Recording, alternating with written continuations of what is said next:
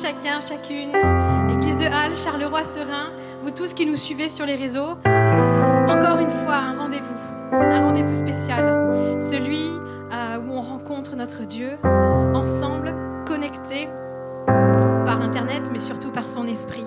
Que vraiment avec ces chants ce soir, on puisse continuer de proclamer la croix, continuer de proclamer la victoire de Christ.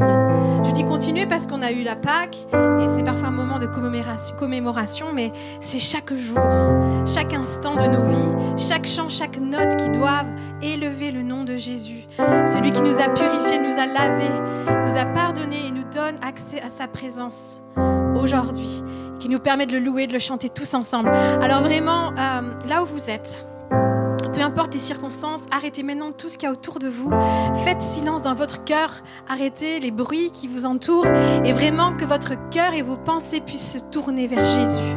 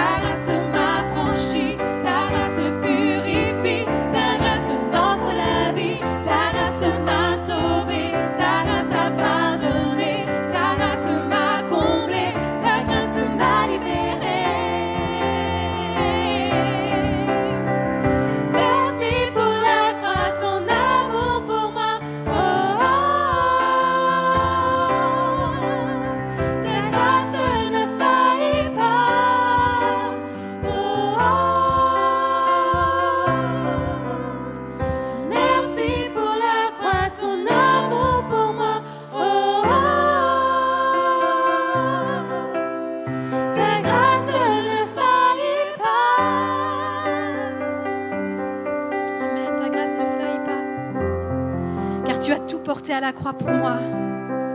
Tu as tout donné afin que je sois libérée. Et maintenant, je suis à toi. Et je t'exprime par ces chants ma reconnaissance en réponse à ton amour.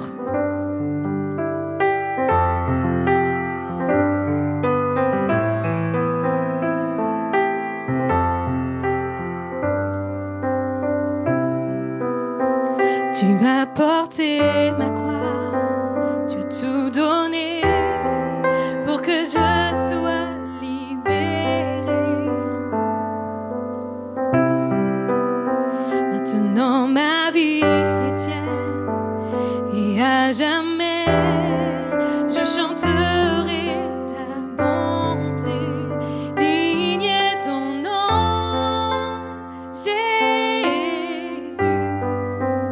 Digne d'être loué, digne est ton nom, digne est ton nom, Jésus, digne d'être adoré, digne est ton nom.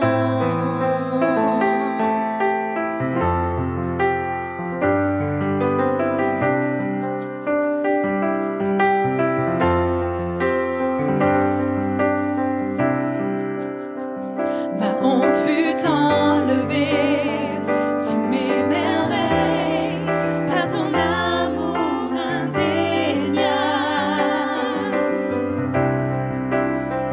Ta grâce est infinie et à jamais je chanterai ta bonté.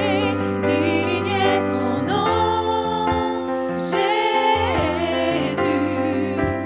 Digne d'être loué, digne est ton nom, digne est ton nom, Jésus. Digne d'être adoré, digne est ton nom, digne est ton nom, Jésus. Digne d'être loué, digne est ton nom, digne est ton nom, Jésus. Digne d'être adoré, digne est ton nom, digne est ton nom, digne est ton nom, digne est ton nom.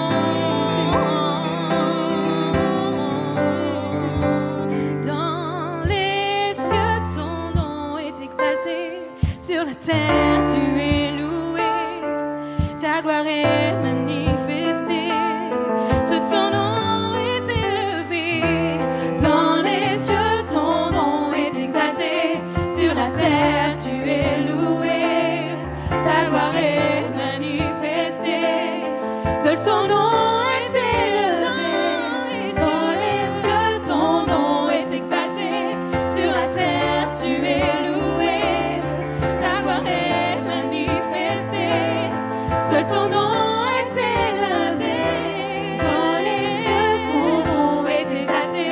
Sur la terre, tu es loué. Ta gloire est manifestée. Seul ton nom est élevé.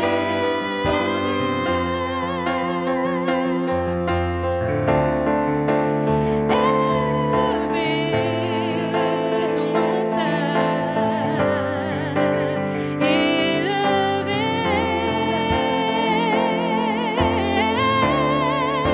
nous élevons ton nom.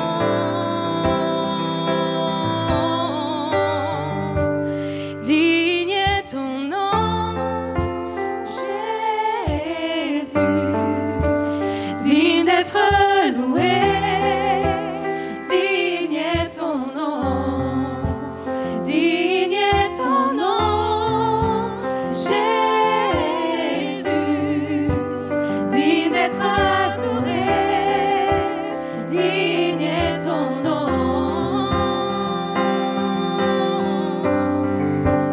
digne est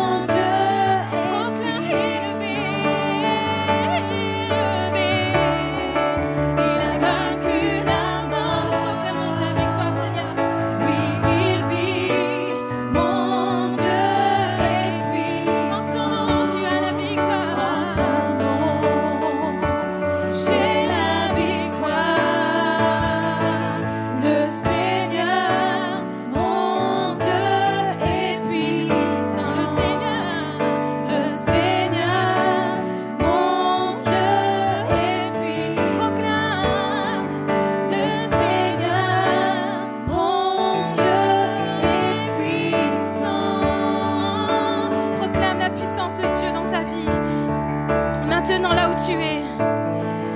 La puissance de la croix, la puissance de la victoire au nom de Jésus. Digne es-tu, agneau de Dieu.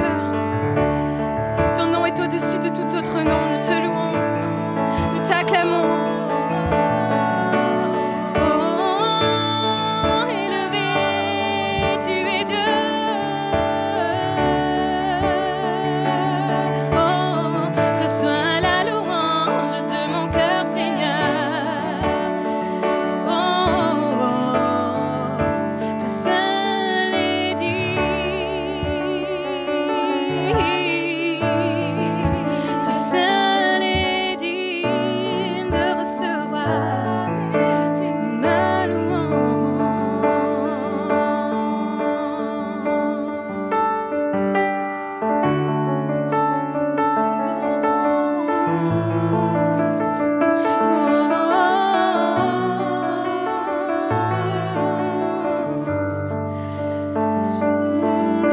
Entière loue ton nom, Seigneur. Nous voulons ouvrir nos bouches, nos cœurs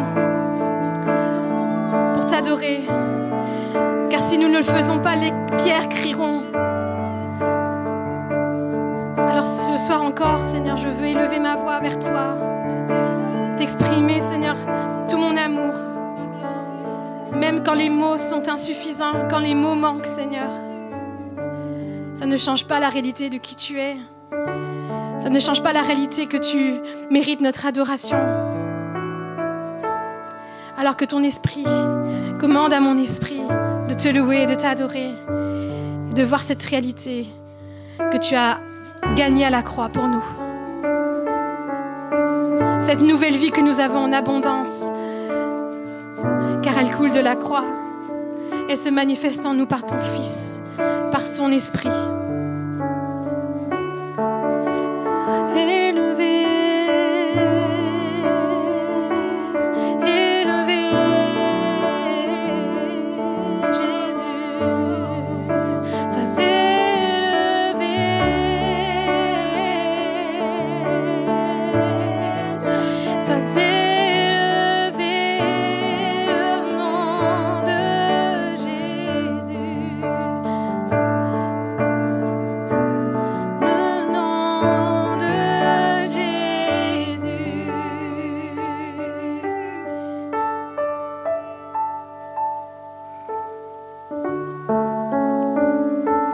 Gardons précieusement dans nos cœurs ces instants, alors que nous allons écouter la parole de Dieu,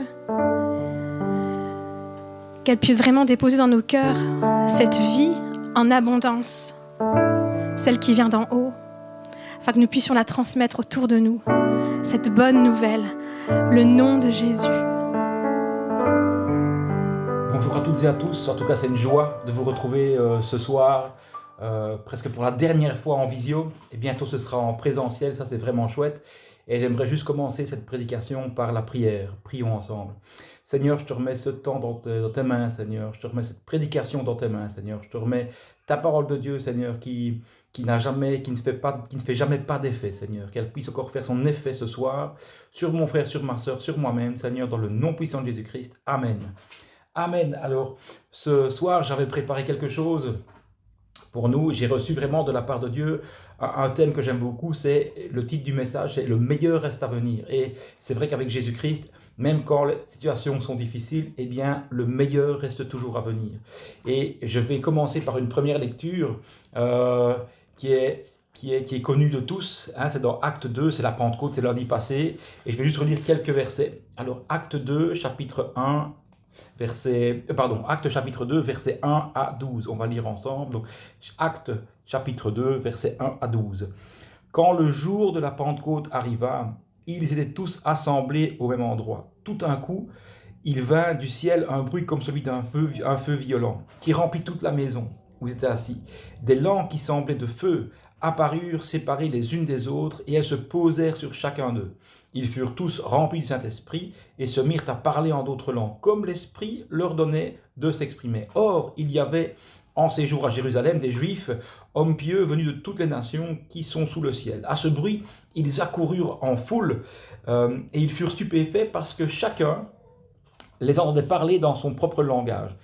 Ils étaient tous remplis d'étonnement et d'admiration, et ils se disaient les uns aux autres, ces gens qui parlent ne sont-ils pas tous galiléens? Comment se fait-il donc que nous entendions chacun dans notre langue maternelle? Parthes, Mèdes, Élamites, habitants de la Mésopotamie, de la Judée, de la Cappadoce, du Pont, de l'Asie, de la Phrygie, de la Pamphylie, de l'Égypte, du territoire de Libye voisine de Cyrène, et résidents venus de Rome, juifs de naissance ou par conversion, crétois et arabes, nous les entendons parler dans dans notre langue des merveilles de Dieu. Tous, remplis d'étonnement, ne sachant que penser, ils se disaient les uns aux autres, qu'est-ce que cela veut dire? Voilà, c'est un texte connu, c'est l'Esprit Saint qui tombe. Et juste avant ça, qu'est-ce qui se passe? Bien, on connaît l'histoire dans Matthieu 28 et les autres évangiles parallèles. On voit que les disciples ont tous abandonné Jésus et finalement, il y a un Pierre qui renie Jésus 3 fois, et puis après ce reniement, Jésus meurt, ressuscite, et après la résurrection, Jésus voit les disciples, et il leur dit, vous recevrez une puissance, celle du Saint-Esprit survenant sur vous, et vous serez mes témoins. Et cette puissance, justement, elle arrive, et les disciples sont d'abord passés par un vidage d'eux-mêmes. Quand Pierre renie Jésus, ça le vide au niveau confiance en soi, il y a mieux.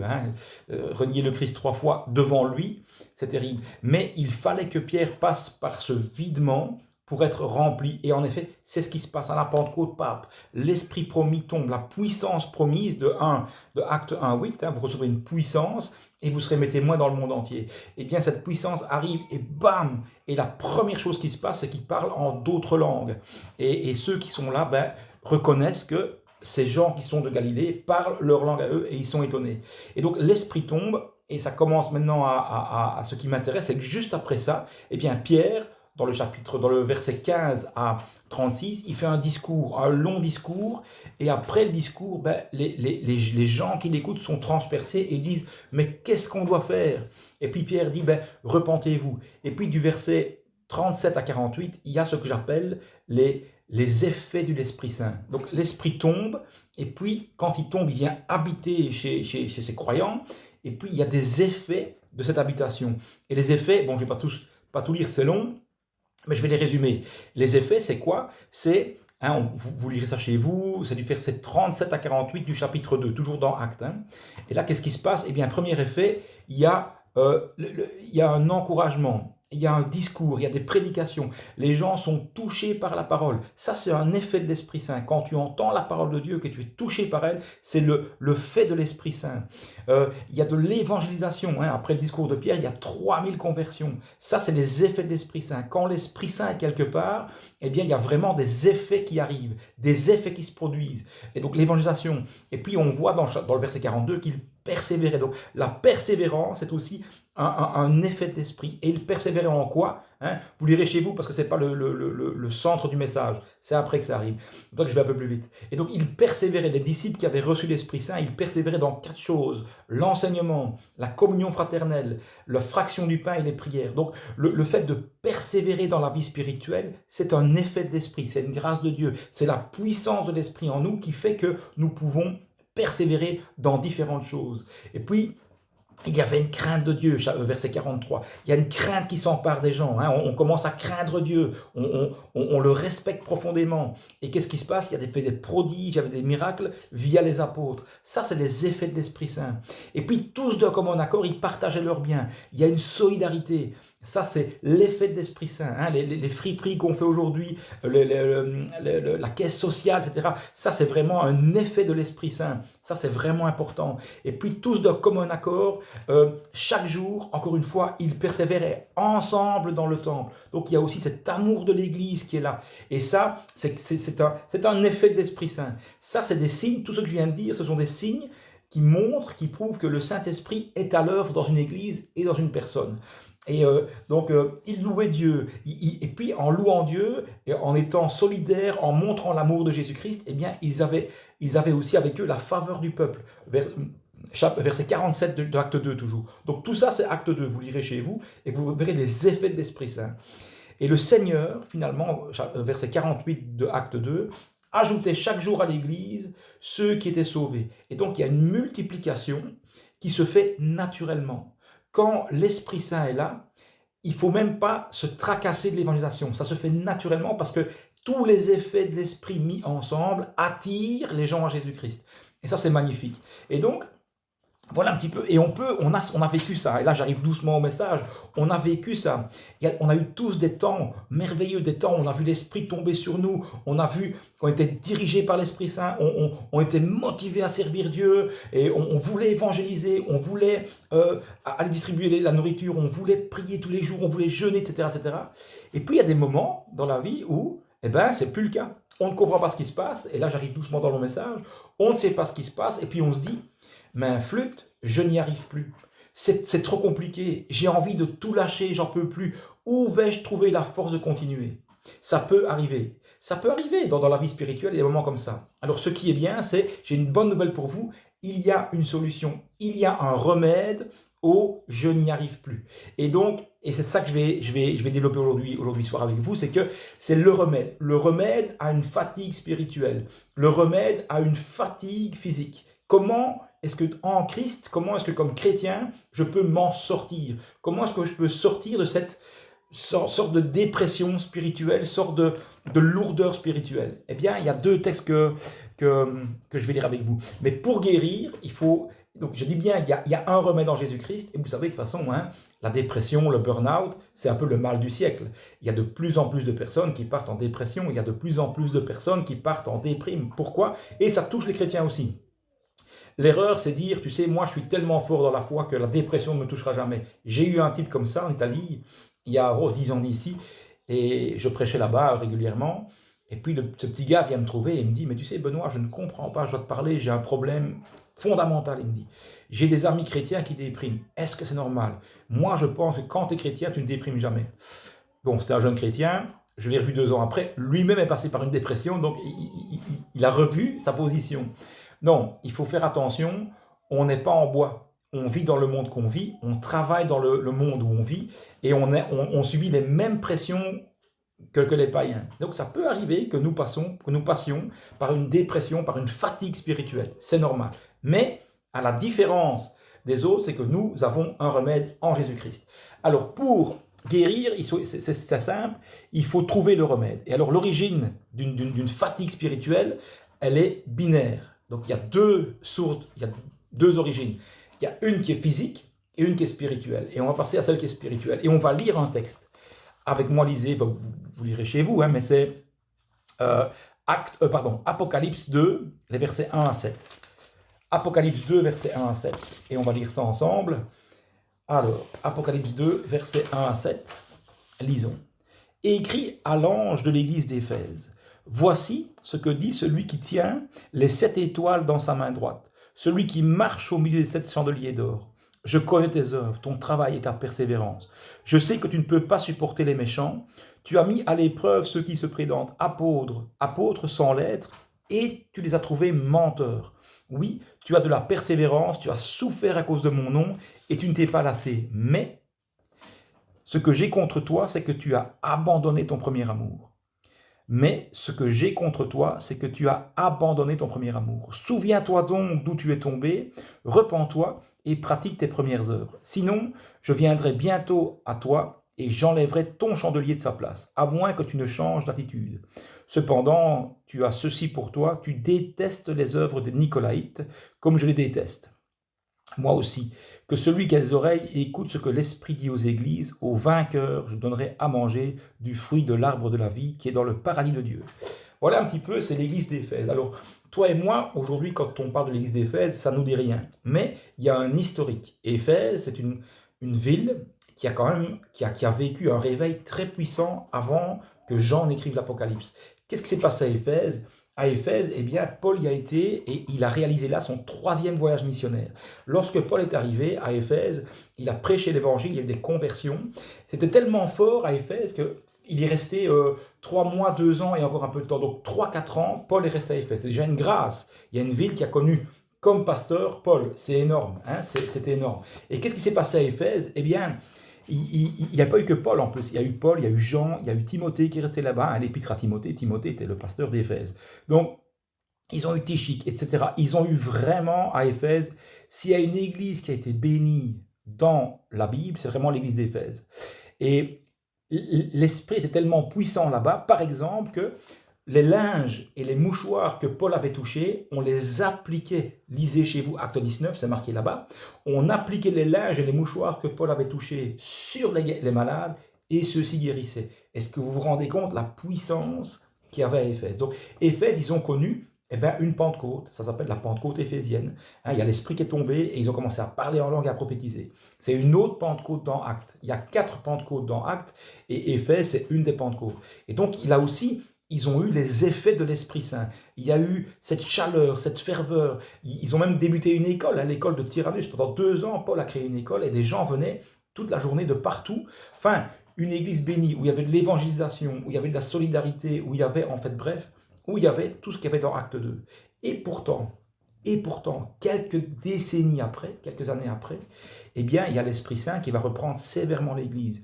Et elle dira à l'église d'Éphèse, je sais que tu persévères, je connais tes œuvres.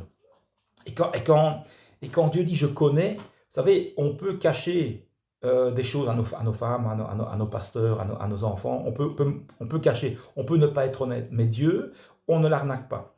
Dieu, on ne sait pas lui mentir, parce que lui, il voit les cœurs. Et quand il dit je connais, c'est oida, mais ça vient de l'hébreu, bref, yada, je connais dans l'intimité. Et donc, quand Dieu dit je connais ton intégrité, il le connaît. Je connais tes œuvres, hein, c'est-à-dire les manifestations spirituelles que tu fais, hein, les œuvres spirituelles, je les connais. Tu cuisines, tu pries, pour l'église, tu fais la louange, tu es pasteur, tu enseignes, tu prêches, tu distribues la nourriture aux pauvres, etc., etc. Tu fais la louange. Donc Dieu connaît les œuvres, Dieu il connaît ce qu'on fait pour lui. Mais c'est seulement lui. Et puis il connaît aussi, il y a aussi du bon, hein, Éphèse, il dit, je connais ta persévérance, mais ce que j'ai contre toi, c'est que tu as perdu ton premier amour. Et vous savez un petit peu, c'est ça que je veux dire, on peut bien commencer la vie spirituelle et mal la terminer.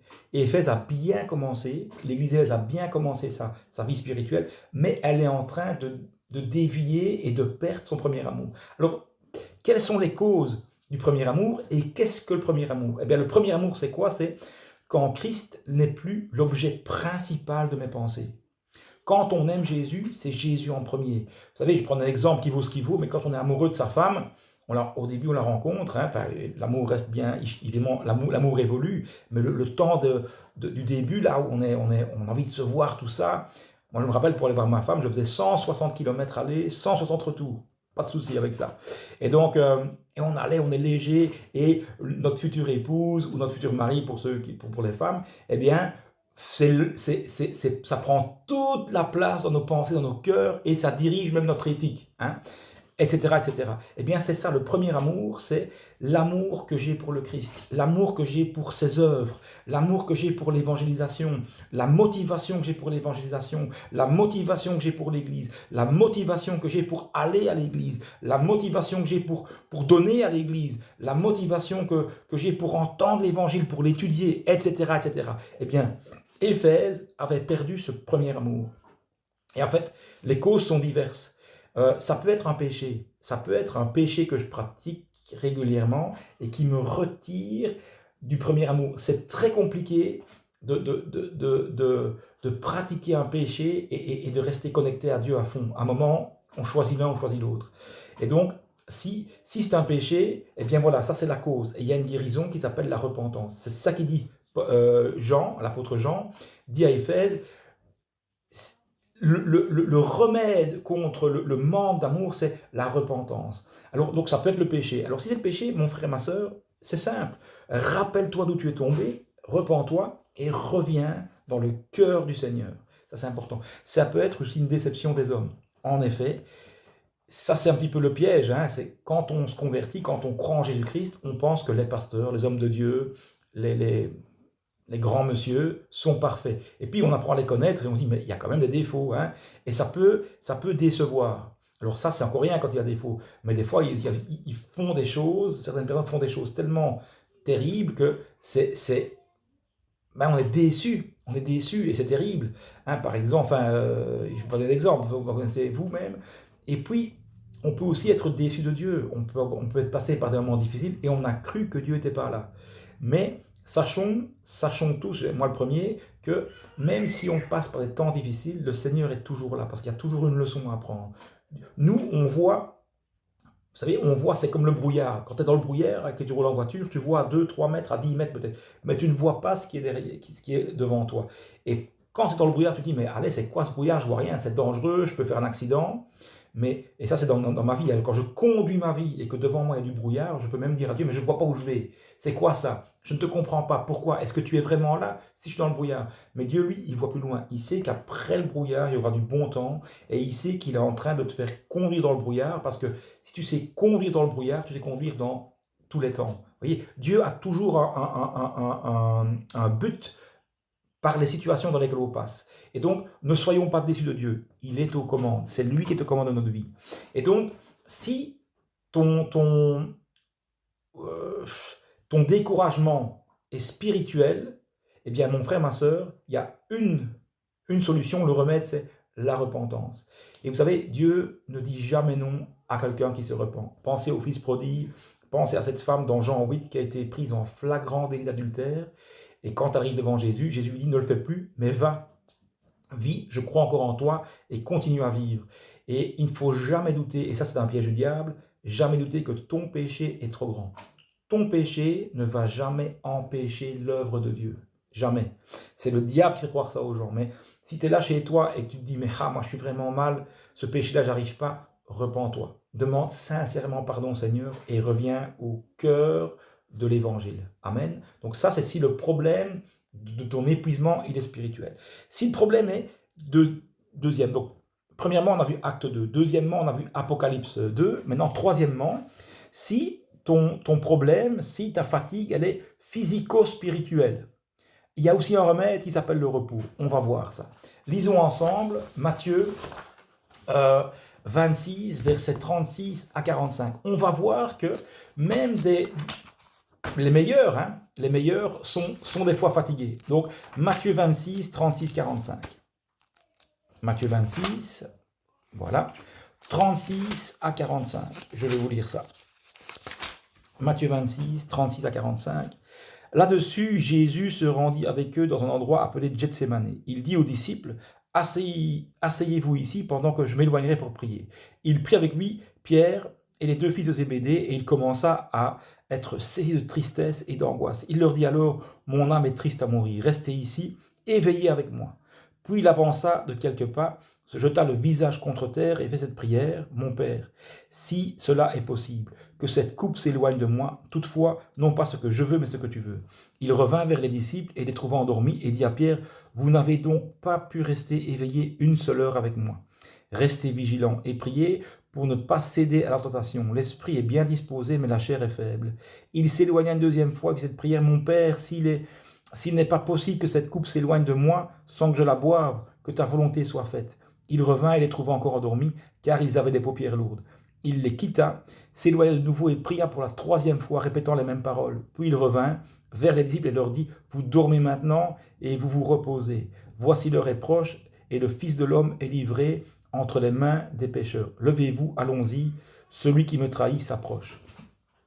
Voilà, je vais faire un petit résumé de la prédication. Donc on a vu, premièrement, dans le premier point, acte 2, on a vu les effets de l'esprit et on a vu qu'il y avait une motivation énorme.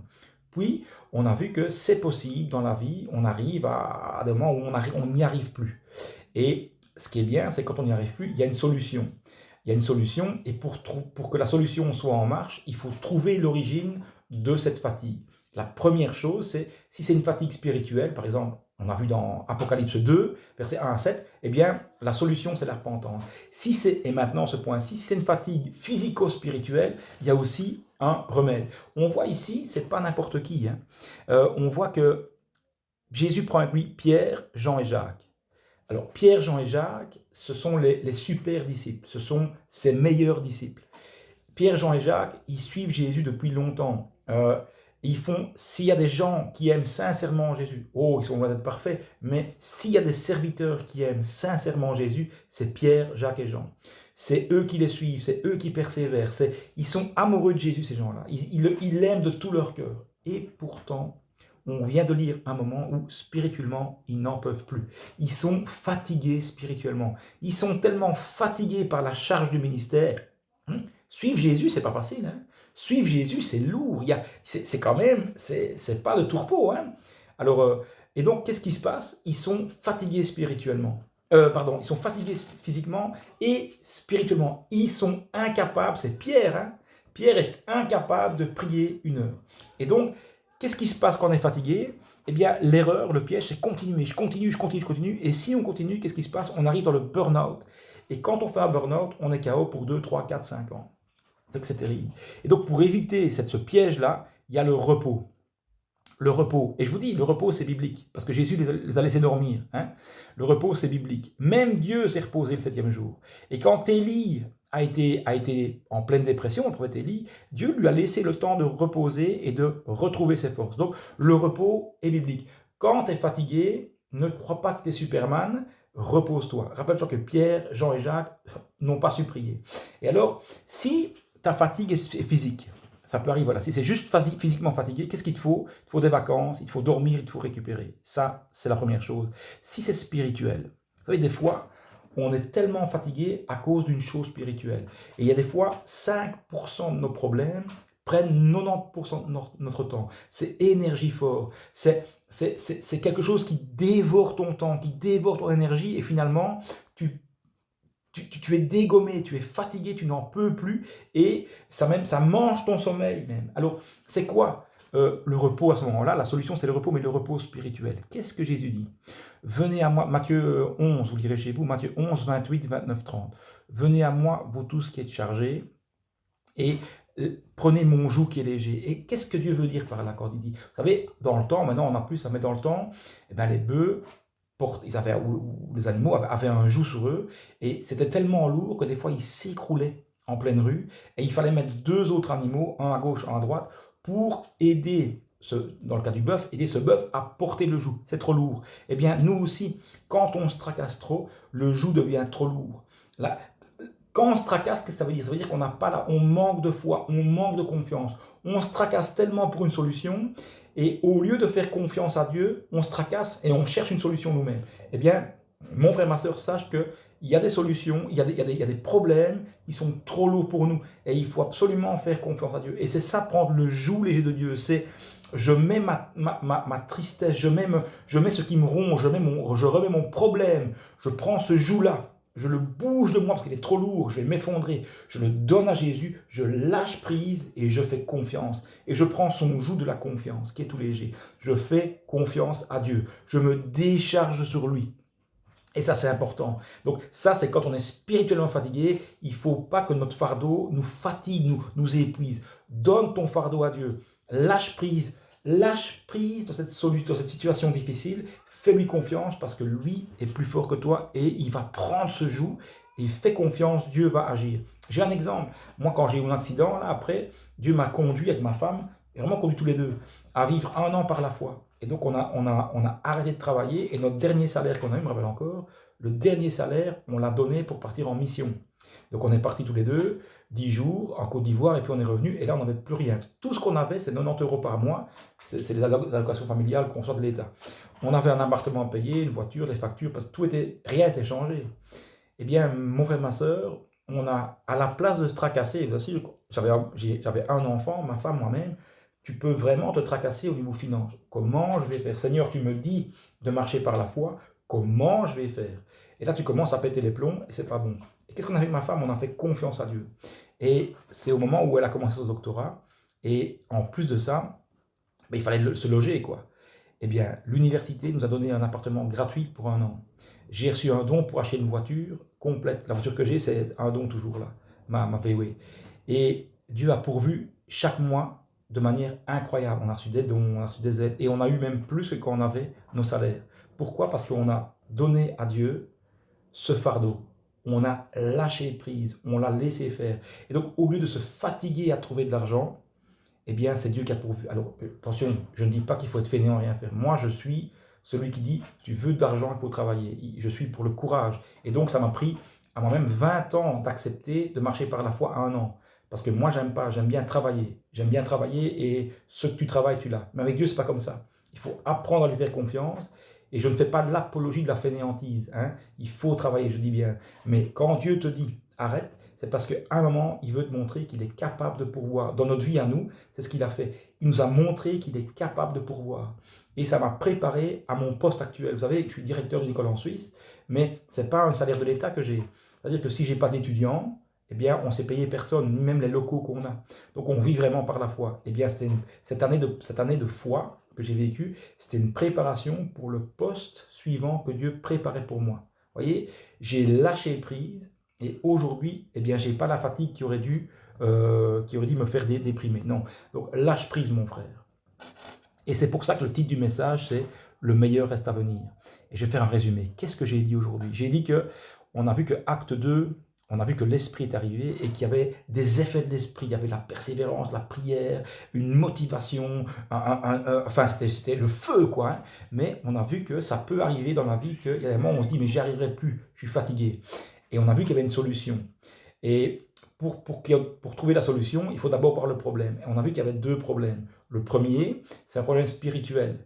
On a vu dans Apocalypse 2, versets 1 à 7, que Dieu dit aux Éphésiens qu'ils ont perdu leur premier amour. Et le premier amour peut être perdu soit par le péché, soit par la déception des hommes, soit par la déception de Dieu. Et le remède à cette perte de premier amour, qui est la suivante, c'est Christ n'est plus au centre, eh bien c'est une repentance sincère et on retourne au cœur de Dieu. Voilà. Deuxièmement, si c'est physico-spirituel, eh bien, il y a des fois, on est physiquement fatigué parce qu'on fait trop, ça arrive. Et donc, à ce moment-là, le remède, c'est quoi? C'est les vacances, dormir, récupérer, retrouver du repos. Et on a vu retrouver de l'énergie. Et on a vu que Pierre, Jacques et Jean, les meilleurs disciples, étaient passés par une fatigue spirituelle et physique. On a vu que Élie le prophète lui-même a déprimé parce que c'est difficile la vie, des fois.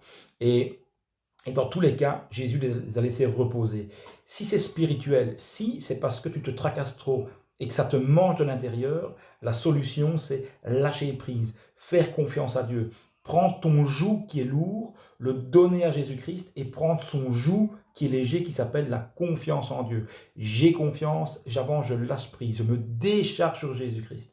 Et à ce moment-là, le meilleur reste à venir.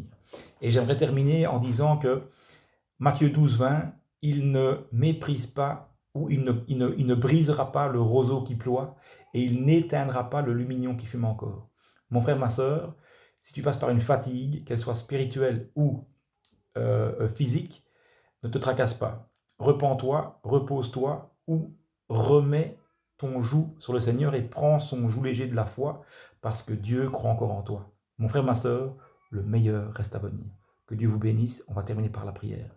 Seigneur, bénis mon frère, bénis ma sœur. Merci pour ce message, Seigneur, où tu nous encourages à nous reposer en toi, Seigneur, à mettre notre fardeau sur toi, Seigneur, et prendre le fardeau qui est le tien, qui est celui de te faire confiance, Seigneur. Je prie pour ceux qui sont fatigués, je prie pour ceux qui sont chargés, je prie pour ceux qui n'en peuvent plus, Seigneur, que nous puissions tous retrouver notre force en toi. Si on a de repos, Seigneur, que nous nous reposions, que nous partions en vacances. Et si c'est un joug, qu'on prenne le tien, comme je l'ai dit. Seigneur, bénis mon frère, bénis ma sœur, dans le nom puissant de Jésus-Christ. Amen. Amen.